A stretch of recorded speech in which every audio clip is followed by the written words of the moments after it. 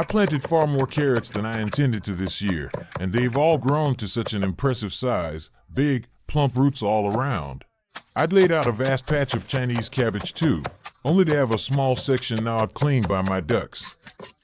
I chased the whole flock off for good after that, herding them over to an abandoned fallow field and telling them to go tame the wild land over there.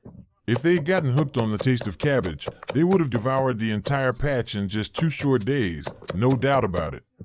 The weather here hasn't been all that frigid this winter either. We've only had a few light frosts drift over the fields, nothing harsh or heavy, and that's why all our leafy greens have been thriving wonderfully. The only downside is we haven't had a drop of rain in ages, leaving the soil in the fields parched and dry as dust. Word has it rain is on the way in a day or two, though we're all hoping it soaks the land good. I grew an array of sweet tubers and root veggies this year, more varieties than usual. There are white jicamas, and they've swollen up to giant sizes here at our place.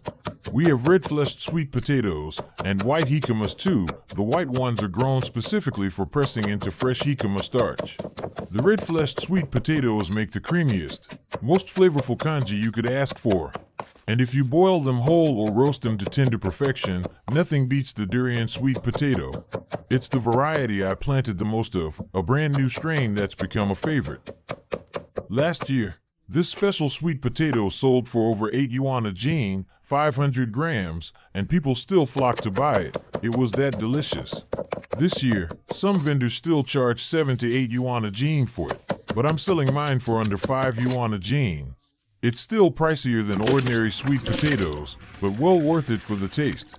Its skin is a deep, vibrant crimson red. And here's a little secret. You have to let it cure for 10 to 20 days after digging it up from the soil. It doesn't taste all that great fresh out of the ground, but it mellows and sweetens with time, getting better and more flavorful the longer it sits. The simplest way to cook it is to boil it gently for about 20 minutes. Just take a chopstick and pierce the flesh. If it slides through smoothly, it's done. Funny enough, it has zero durian flavor at all. The only similarity is its ultra-creamy, rich, velvety texture, just like ripe durian pulp. It's been ages since I showed you all our pigs, and you'd hardly recognize them now. They've turned into something close to wild boars, charging around the hills and running as fast as horses. They've been having an absolute blast roaming free on the mountain lately, so much so that they often stay out late into the night, and I have to trudge up the hillside to call them back home. Today I wanted to make a hearty vegetable mash bowl for the pigs, nothing but fresh, tender leafy greens, which are in their prime this time of year. We grew mountains of pumpkins and sweet potatoes this year, plus heaps of Chinese cabbage and carrots to go with them.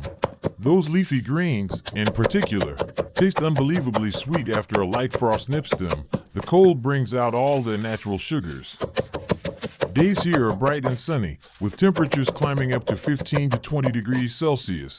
But the mornings bite cold, usually -3 to 5 degrees Celsius, thick hoarfrost coating every blade of grass and every plant. That drastic temperature swing, a gap of nearly 20 degrees between day and night, is why everything we grow and raise here tastes extraordinary. The vegetables grow slow and steady, lingering in the soil longer to build up their flavor and texture, and that slow growth makes them taste far better than fast-growing produce. The same goes for our chickens, ducks, and pigs. The cold weather slows their growth too, meaning we raise them longer, feeding them well for months on end, and that extra time maturing makes their meat naturally tender and full of flavor, no artificial additives needed. It's been a long while since I filmed myself making pig feed, and I've wondered if you all still enjoy watching those videos. I used to film it all the time, and those clips were a hit with so many of you. But once my pig feed chopping videos gained popularity, dozens of people started copying the exact same thing, and after a while, it just took the joy out of it for me. I stopped making those videos, not because I didn't want to, but because the imitation felt overwhelming. Truth be told, I have piles of footage stashed away of the chickens, pigs, ducks, planting veggies, mixing homemade farm manure, cooking our daily meals, everything. I film bits and pieces whenever I have a spare moment, because I know you all love seeing these simple, honest moments of rural life. What you see now These pigs running wild and fearless on the hills isn't something that happened overnight. They've been acclimating to the outdoors for months and months, growing bold and sturdy, just like wild boars. Today's pig feed is a warm, layered bowl.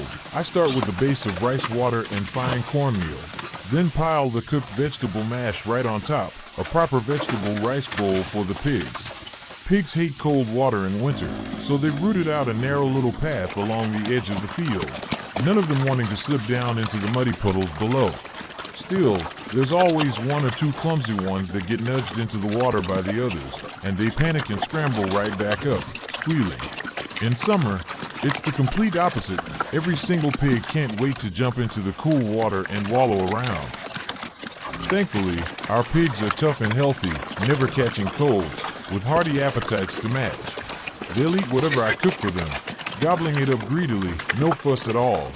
And that's a lesson for us humans, too. If we keep moving, work hard with our hands, and eat good, wholesome food, our bodies will grow as strong as forged iron. We won't flinch from wind or rain, from cold or heat, and every meal we eat will taste delicious, every bite satisfying. So many of you have asked what jicama starch is used for, so let me walk you through it, step by step. First, we press the starch out of the white jicamas, strain the milky liquid several times to get rid of impurities, then break the wet starch into small clumps to dry it in the sun. Every year, we lay the starch out on wooden racks to dry. And this year's weather has been perfect, 20 straight days of brilliant, unbroken sunshine. You have to find a spot that basks in full sun from dawn till dusk for this, no shade allowed. At night, we cover the starch with a thin plastic sheet instead of hauling it all indoors. It saves us the trouble of gathering it up each evening and spreading it out again at first light the next morning. Normally, it takes 6 to 7 days to dry the starch completely, and the blistering sunshine speeds the process up a little. You know it's fully dried when it crumbles at the lightest touch, making a crisp, rustling sound when you run your fingers through it. No damp clumps left at all. We hurry to gather it all up while the sun is still high, so it doesn't absorb any evening moisture. Most of you have no clue how to cook with this starch, so my wife grabbed a handful to show you a few of our favorite ways to make it taste amazing. First, the folks who live by the coast near us use this authentic homemade jicama starch to cook fresh oysters. And it's a local delicacy. Those oysters turn out fragrant, tender, and utterly delicious, the starch binding them perfectly without making them gummy. When we don't have fresh oysters on hand, we mix the starch with shredded carrots, shallots, scallions, and a few beaten eggs, then pan fry it into a thin, crispy pancake. You have to spread it thin when frying, and let it cook until the edges are golden brown and just barely charred. That's when it's the most aromatic. Crispy on the outside and soft on the inside. Bad quality jicama starch would ruin the dish, making it tough and tasteless, but our homemade starch is pure and smooth, so it always turns out perfect. We have another simple, nostalgic way to cook it too. Pan fry pure jicama starch with no oil at all in a dry wok. Spread it evenly across the hot pan, cover the lid for just 10 seconds, and it's done, fluffy, tender starch cakes. Best eaten warm. You need a high flame for this trick, though, to get it right. When I was a kid, we had very little to celebrate birthdays with. I never got eggs, let alone cake. And my mom would make these jicama starch cakes for me on my special day. Back then, 2 eggs were a luxury, a birthday cake unthinkable. Those simple starch cakes were my greatest treat. We also love boiling the fried starch cakes in a savory soup. Heat up a little oil in a pot, stir fry some fresh Chinese cabbage until soft, slice the starch cakes into thin strips, drop them into the soup. Add a pinch of seasoning, and it's ready to eat in minutes. Jicama starch is a staple food here, filling and nourishing. One bowl and your stomach stays full for hours, no empty hunger pangs afterward. My wife also makes huge taro dumplings with this starch for our daughter. Boil fresh taro until it's mushy, mix it with jicama starch to form a soft dough, wrap it around savory pork filling, and shape them into big, hearty dumplings. They look small enough to eat a dozen, but you'll feel full after just 2 or 3, and 4 or 5 is more than enough to satisfy even the heartiest appetite. There are endless ways to cook with jicama starch. Really. We boil it with lean pork for a light soup, Coat meat with it to make crispy pork fritters that melt in your mouth, or stir a little into broths to thicken them into a creamy, velvety texture, each bite rich and comforting.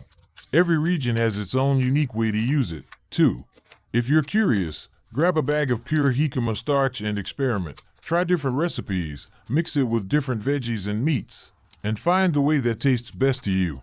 It's a humble ingredient, but it makes the most wonderful meals. Today I'm out tilling the soil again, turning over the dry earth to plant more grains, so we'll have fresh vegetables to harvest come spring. All the weeds in the fields have withered and died in the winter frost, brown and brittle under the sun. Tilling the soil for new plantings always means spreading homemade farm manure first. We scatter it thick across the ground, then turn the soil over to mix the manure deep into the earth. Once the rain comes, the soil will be rich and fertile, perfect for sowing seeds. This manure has been composting here for months, aged and nutrient-dense. We only take a little at a time, whenever we need to plant something new. First, we clear the stubborn weeds from the field. Even in winter, some hardy weeds resist the frost, clinging to the soil, so there's always a few to pull up. We also sprinkle a little manure around our pea plants and baby bok choy, too. At this stage of growth, a little nourishment makes them shoot up tall and strong the moment the rain hits the soil.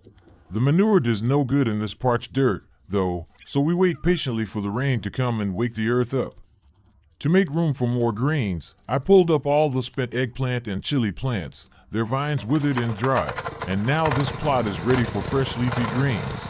Tilling the soil is always best done on bright, sunny days. The overturned weeds bake in the sun and die off completely, and mixing the manure into the soil creates a rich, loamy bed for whatever we plant next.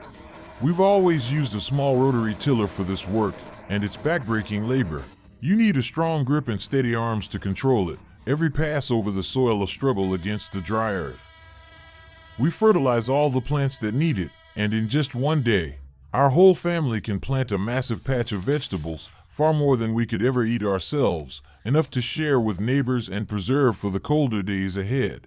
Next, I plan to plant crisp lettuce, tender asparagus lettuce, and baby bok choy, all cold-hardy greens that thrive in winter. Winter is a limited planting season here. Only the toughest, frost-resistant veggies will grow. Everything else lies dormant until spring. Upon the vast rural earth lie the most breathtaking sights, rolling green mountains, clear winding rivers, all of it our beloved hometown. Upon this earth live the kindest, most down-to-earth people, hard-working souls, gentle and honest, building good lives with their calloused hands and willing hearts. We plant vegetables, grow peanuts, tend the soil, and live simply. There is no scheming, no petty quarrels, no bitter rivalries here, no worldly tricks. Only family and neighbors who care for one another. We can earn a little less money, bear a little less heartache, but we always stay sharp, spirited, and true to ourselves. Rural folk keep life simple, and that simplicity is our greatest joy. Then disaster struck. One bold duck led the entire flock up to the cabbage patch, and they ate nearly half of it, leaving chewed stems and broken leaves in their wake. The ducks had never ventured up to eat the vegetables before, but that one ringleader took a bite of cabbage and loved it, then scurried back down to call the rest of the flock up to feast. They devoured a huge swathe of the patch in a single day, and by the time we spotted them, it was too late to save the rest. They'd eat their fill, waddle down to the pond to swim and cool off, then trudge back up hungry an hour later for more. Greens digest fast in a duck's stomach, so they gorge themselves each time, never satisfied. Ducks are impossible to raise. Truth be told, they eat like bottomless pits, and they're nearly impossible to sell. Chickens are easy, raise them to maturity, and they sell quickly. Ducks, though, are worthless when they're molting, their feathers ragged and sparse. So you have to keep feeding them for months on end, no profit to be made. And make no mistake, chickens and ducks both eat non-stop. They have mouths to feed, and they grow ravenous if they miss a single meal. Go 2 or 3 days without feeding them, and they'd peck at anything, even you, desperate for food. We raise hundreds of them at a time, and any field where we let the chickens and ducks roam ends up bare and barren, not a blade of grass left standing. They swallow anything they can fit in their beaks, weeds, bugs, vegetables, even small roots dug up from the soil. That entire cabbage patch would have been gone in 2 days flat if we'd let them forage freely. They'd have eaten the leaves, the stems, even the roots, leaving nothing but bare dirt. So we scatter their feed across different fields, rotating the flock every few months, letting the weeds regrow and the soil rest before we bring them back. Even a large field gets picked clean in 10 days by a hungry flock, no matter how big it is. In the end, we always have to cook their feed by hand, mixing grains and veggies together. The wild plants on the hills are never enough to fill their bellies, only to tide them over. For ducks, the best foraging spot is a rice paddy right after harvest, where they pick up the fallen grains left by the harvesters. But even a whole paddy is picked clean in 3 to 5 days, nothing left but mud and stubble. They're just that insatiable. I tried raising earthworms for the chickens this summer, hoping to give them a nutritious treat, but it was a total failure. Only one worm survived in the end. Even if it had worked, the worms would have just been a little extra nutrition, never enough to fill their stomachs. To truly feed poultry well, you need staple grains, corn, rice, sweet potatoes, taro. These hearty foods are what fill them up and keep them healthy.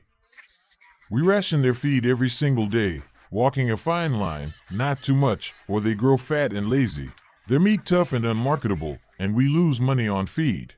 Not too little either, or they grow malnourished and sickly, weak and prone to illness. It's a careful balance, one every farmer learns to strike. Just look at what the ducks did to this cabbage patch. Trampled, chewed, ruined beyond saving. I heard Chinese cabbage is sky-high expensive this year, and I'd grown this patch to feed our family all winter long. Now it's gone, eaten in a single day by a flock of greedy ducks. These ducks won't get another bite of fresh vegetables from me, not ever again. From now on, they'll eat nothing but dry grain and cornmeal. No more sweet greens to gorge on. They've had their fill of fresh vegetables, and they've cost us far too much to forgive.